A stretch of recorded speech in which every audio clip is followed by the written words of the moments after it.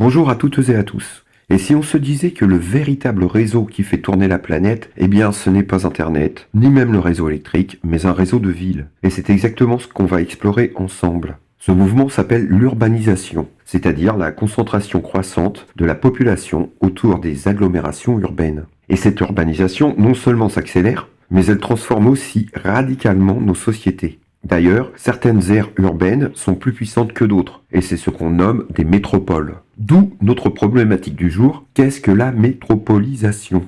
Pour répondre à cette question, penchons-nous d'abord sur le phénomène d'urbanisation. Pour bien nous comprendre, débutons par une courte histoire de l'urbanisation. Pendant des milliers d'années, l'être humain était essentiellement rural. En effet, à la fin du XVIIIe siècle, seulement 3,4% de l'humanité vivait en ville. Ce n'est qu'avec la révolution industrielle, à partir du XIXe siècle, que l'urbanisation s'est réellement accélérée, notamment en Europe et en Amérique, entraînant un exode rural, c'est-à-dire le départ massif de populations rurales à destination des villes, motivées par la recherche d'un travail ou de meilleures conditions de vie. On passe alors à la notion de transition urbaine, au moment charnière où la majorité de la population d'un pays passe de la campagne à la ville. En 1950, on était 30% dans les villes, mais 55%. Regardons ce chiffre d'un peu plus près. Depuis 2007, une étape historique a été franchie. Pour la première fois, plus de la moitié de la population mondiale vit en ville. 55%, c'est donc la part de l'humanité qui vit en ville aujourd'hui. Et les projections pour 2050, on parle de quasiment 70%. Ce n'est plus une simple évolution, c'est une réorganisation totale de notre façon d'habiter la Terre. Alors, première question, comment se compose une aire urbaine? Celle-ci se compose d'un ensemble de communes réparties dans 3 espaces divers, la ville-centre, la banlieue et la couronne périurbaine. Au centre donc se trouve la ville-centre, en rouge. Ensuite vient la banlieue, en orange. La réunion de la ville-centre et de sa banlieue compose ce qu'on appelle un pôle urbain. Les pôles urbains concentrent la majorité de la population et des emplois. Au-delà de ces 2 espaces se trouve la couronne périurbaine en jaune, qui est un émiettement de petites villes. Ces 3 espaces forment donc une aire urbaine. Au-delà, nous parlons d'espace rural. Finalement, une aire urbaine est une agglomération, un grand regroupement de personnes, où les habitants font des métiers très variés, le plus souvent dans le secteur tertiaire, c'est-à-dire tout ce qui ne relève pas des secteurs industriels et agricoles. Mais l'urbanisation est un phénomène mondial, et ce phénomène mondial prend le nom de métropolisation. Alors penchons-nous maintenant sur ce concept clé. Pour définition simple, on peut retenir que la métropolisation est un processus d'accroissement incessant des grandes villes, par la concentration à la fois des populations et des activités. C'est un peu comme un aimant géant dont la puissance augmente sans cesse, attirant tout vers lui, les gens, l'argent et surtout les centres de décision. Tout ceci au détriment des autres villes plus petites et des espaces ruraux. Et le résultat de ce processus, c'est elle, la métropole. Alors, qu'est-ce qu'une métropole? Eh bien, ce n'est pas simplement une grande ville, mais c'est un véritable centre de gravité. Elle exerce une influence bien au-delà de ses limites géographiques. Exactement, c'est un ensemble urbain de grande importance qui exerce des fonctions de commandement. C'est par là que circule la majorité des flux d'argent, des flux d'informations, des flux de matière qui traversent le monde. Les métropoles sont donc des points de passage, des portes d'entrée essentielles pour les échanges mondiaux. Bon, maintenant qu'on a posé les bases, décortiquons la puissance des métropoles. Qu'est-ce qui, concrètement, leur donne autant de poids?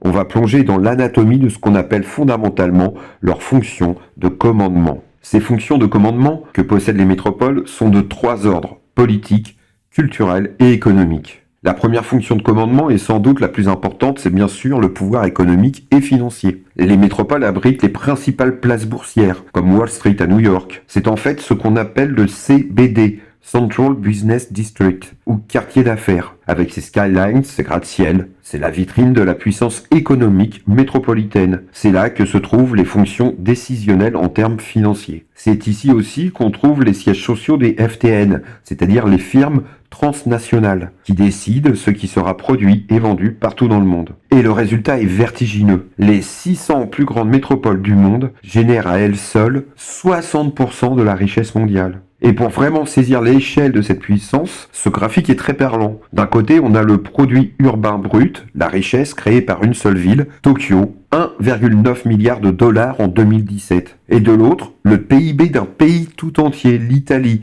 une puissance du G7. C'est quasiment le même chiffre. Une seule métropole pèse autant qu'une nation entière, c'est ahurissant. Mais le pouvoir, ce n'est pas que l'argent. Ce poids économique s'accompagne d'une influence politique et diplomatique absolument énorme sur la scène mondiale. Évidemment, on pense tout de suite aux grandes capitales d'État comme Paris, Tokyo ou Washington, mais leur rôle va bien plus loin. Elles accueillent de grandes organisations internationales comme l'ONU à New York ou l'UNESCO à Paris.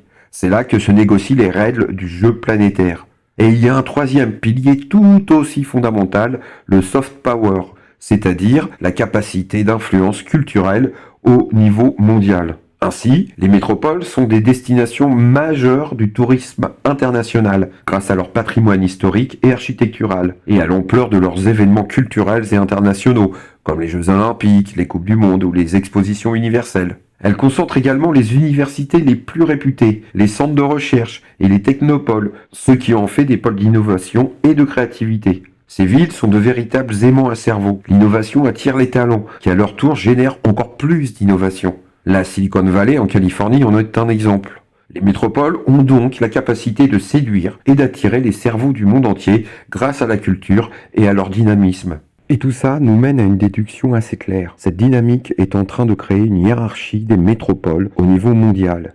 Et tout en haut, on trouve une élite très restreinte, les mégapoles. Une mégapole peut être définie comme une agglomération urbaine gigantesque de plus de 10 millions d'habitants.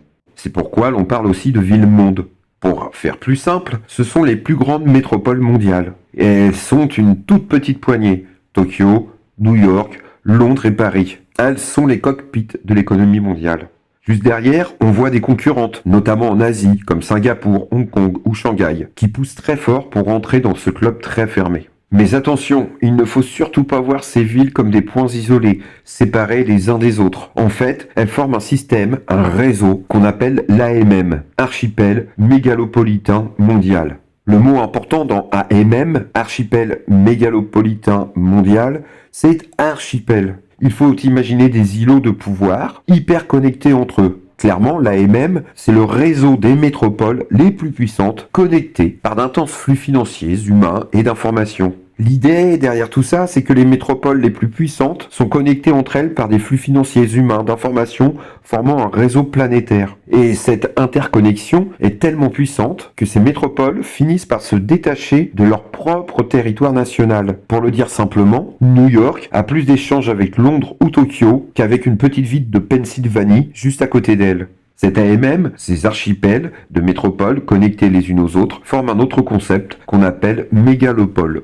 Attention, petite précision de vocabulaire, car il ne faut pas confondre mégapole et mégalopole. Une mégapole, c'est un point, un centre de pouvoir. Une mégalopole, c'est différent. C'est une immense région urbaine qui s'étend sur des centaines de kilomètres et où plusieurs mégapoles sont reliés, voire ont fusionné. Pour vous donner une définition simple, une mégalopole, c'est une très vaste agglomération urbaine formée de plusieurs grandes métropoles, plusieurs villes-mondes. Elles s'étendent tellement qu'elles finissent par se rejoindre sur de longues distances, regroupant des dizaines de millions d'habitants. On dénombre 3 grandes mégalopoles dans le monde. La plus célèbre, c'est la mégalopole américaine, la Boswash, qui va de Boston jusqu'à Washington. Ensuite, on trouve la mégalopole japonaise, qui s'étend de Tokyo à Osaka, et forme un des cœurs industriels de la planète. Et enfin, la dorsale européenne, parfois appelée banane bleue, qui dessine un arc de Londres jusqu'à Milan, au nord de l'Italie. Et tout ceci nous amène à la conclusion. Alors, que retenir ? Tout d'abord, l'urbanisation est un processus ancien et mondial qui concentre la population autour des agglomérations urbaines. Ensuite, la métropolisation désigne la concentration des populations, des richesses et des fonctions de commandement dans les métropoles. À ce propos, les métropoles sont des aires urbaines puissantes où se trouvent les lieux de pouvoir économique, politique et culturel. En outre, l'AMM, l'archipel mégalopolitain mondial, est le réseau des métropoles les plus connectées de la planète. New York, Londres, Paris, Tokyo. Il ne faut pas confondre avec les mégalopoles, qui sont de très vastes régions urbaines, formées par la jonction de plusieurs métropoles. La Boswash, la mégalopole japonaise et la mégalopole européenne.